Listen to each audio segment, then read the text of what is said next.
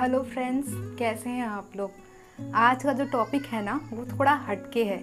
हमारा टॉपिक ये है कि बच्चों में मॉरल वैल्यूज़ कैसे लाएं। ऐसा है कि हम तो जब छोटे थे ना अपनी टीचर्स लोग से बहुत डरते थे और उन लोग का रिस्पेक्ट भी बहुत करते थे। इनफैक्ट हम तो अपनी टीचर्स लोग को अभी तक नहीं भूले हैं। उनके दिए हुए संस्कार अभी तक काम आते हैं। एक टीचर का काम सिर्फ ये नहीं होता है कि वो बस सब्जेक्ट पढ़ाए, लर्निंग करवाए और चला जाए। उसका ये भी फ़र्ज़ बनता है कि वो बच्चों में संस्कार डाले। मगर बात यह है कि बच्चे संस्कार लेना चाहे तब तो हम संस्कार दें। तो इसका मूल कारण क्या है? माँ बाप की परवरिश भी वन ऑफ द रीज़न है इसमें। तो इसमें क्या होता है, देखिए, बचपन से हम लोग क्या करते हैं ना, शुरू से ही बच्चे को मोबाइल दिखाना स्टार्ट कर देते हैं। बच्चा खाना नहीं खा रहा है, चलो उसको मोबाइल दिखा दिया, चलो खाना खा लो खाना खा लो। वो देखते देखते वीडियोस क्या होते हैं ना, वो खाना खाने लगता है। इससे उसको क्या होता है, आदत पड़ जाती है। उसको ज़िंदगी में और किसी की ज़रूरत नहीं होती। उसको पता होता है कि उसके पास एक इलेक्ट्रॉनिक गैजेट्स है, बस उसी से उसे काम करना है। कौन इंसान कहाँ घूम रहा है कुछ पता नहीं है। मगर असल बात तो ये है कि ज़िंदगी में जितने भी रोबोट्स आ जाए, जितने भी ऑटोमेशन आ जाए, मम्मी पापा भाई बहन के बिना हम कुछ भी नहीं। तो देखिए, सबसे पहला आता है मेडिटेशन। मेडिटेशन क्या होता है? मेडिटेशन का मतलब सिर्फ ये नहीं होता कि आप उठे और ध्यान करना स्टार्ट कर दें। अगर आप भगवान के सामने एक अगरबत्ती भी जलाते हैं ना और उनको ध्यान से 5 मिनट भी पूजा करते हैं उनकी, या सुबह उठ के चुपचाप आँख बंद करके बैठे रहिए 5 मिनट, कुछ भी मत सोचिए और एक लंबी सांस लीजिए, ये भी हो जाएगा मेडिटेशन। अगर आप दीपक की लौ को लगातार देखें 5 मिनट चुपचाप, उसमें ध्यान मग्न हो जाए, तो ये भी आपके मेडिटेशन में ही आएगा। उसके बाद आता है डू नॉट कंपेयर। प्लीज़, ये बहुत कॉमन हो गया है। ये देखो उसका बेटा कितना अच्छा पढ़ाई करता है, तुमको देखो तुम तो नहीं करते हो। इससे क्या होता है ना, बच्चों के मन में एक दुख प्रकट हो जाता है। उनको हमेशा इस बात की खलबली लगी रहती है कि मम्मी तो उसी को मानती है, मुझे तो प्यार करती ही नहीं है। तो आप कंपेयर करना बिल्कुल ना सीखें। आप कंपेयर करना बिल्कुल ना सीखें। एक काम कीजिए, उसके अलावा आप क्या कर सकते हैं मैं आपको बताती हूँ। आपको ये बताना है बच्चों को, गिव योर बेस्ट। आप अपना पूरा बेस्ट दो, जितने आपका स्ट्रेंथ है आप उसको पूरा 100% कैपेबिलिटीज़ दो। इसके लिए आपको स्ट्रिक्ट रहना पड़ेगा, क्योंकि डायलॉग से काम नहीं होगा। अगर आप बच्चे को बोलते हैं ना कि बच्चा तू पढ़ाई नहीं करेगा तो मैं तुम्हारी फ़ोन ले लूँगी, मैं तुम्हारे सारे इलेक्ट्रॉनिक गैजेट्स ले लूँगी, मैं तुम्हारा माइक्रोफोन ले लूँगी, या फिर मैं तुम्हारा वीडियो गेम ले लूँगी, आप क्या करते हैं?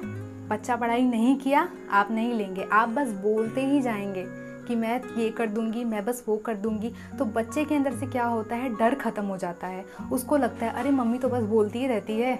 तो ऐसा आपको नहीं करना है। आप अपने ज़बान के पहले पक्के होइए। आप अगर बोल रहे हैं कि मैं ऐसा करूँगी तो आपको वैसा कर देना है। और टीवी देखने का या मोबाइल चलाने का एक समय निर्धारित कर दीजिए।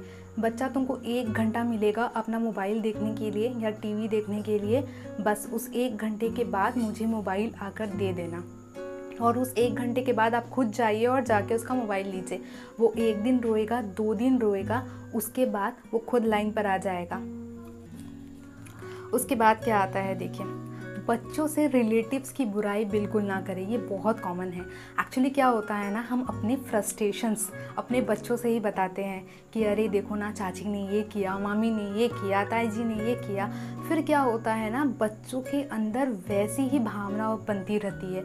वो यही जानते हैं अरे मेरी चाची तो ऐसी है, मेरी मामी तो ऐसी है। तो फिर क्या होगा ना, बड़े होकर वो खुद अपनी मामी को, चाची को रिस्पेक्ट नहीं करेगा और उल्टा फुल्टा बोलेगा। और उस समय जब आप उनको मना करेंगे कि बच्चे ऐसे मत बोलो, तब वो तुरंत पलट के आपको जवाब देंगे, क्यों, आप ही तो ऐसा करती थी। तो इसलिए बुराई करना बिल्कुल ही छोड़ दें। इनफैक्ट बुराई किसी की करनी भी नहीं चाहिए। नारायण शास्त्र में लिखा है कि दूसरे का बुराई करने से ना उसके बुरे कर्म का फल हमें मिल जाता है। अगर आपको विश्वास नहीं है तो खोल के पढ़िएगा।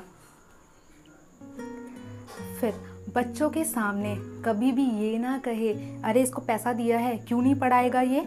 इससे क्या होगा ना, बच्चे हर चीज़ को पैसे में तोलने लगेंगे। अभी आप उनको पैसे दे रहे हैं ना तो वो स्कूल जा रहे हैं, कॉलेज जा रहे हैं, ऐश कर रहे हैं। कल जब आप बूढ़े हो जाएंगे, जब आपके रिटायरमेंट के पैसे भी धीरे धीरे ख़त्म होने लगेंगे ना, तब उन लोग क्या करेंगे, आपको छोड़ के चले जाएंगे। क्यों? क्योंकि उन्होंने यही सीखा है आपसे कि सब चीज़ को पैसे में तोलो।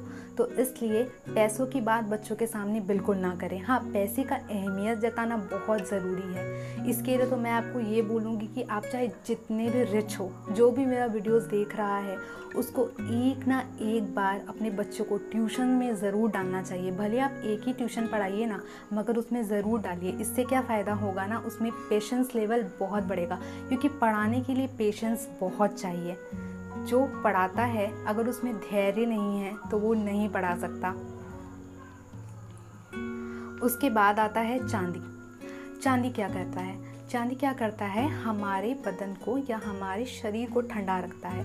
तो जितनी हम लोग सिल्वर यूज़ करेंगे ना, उतना ज़्यादा हमारा माथा ठंडा रहेगा। तो बच्चों को चांदी की ग्लास में पानी पिलाइए या चांदी का बहुत ज़्यादा यूज़ कीजिए।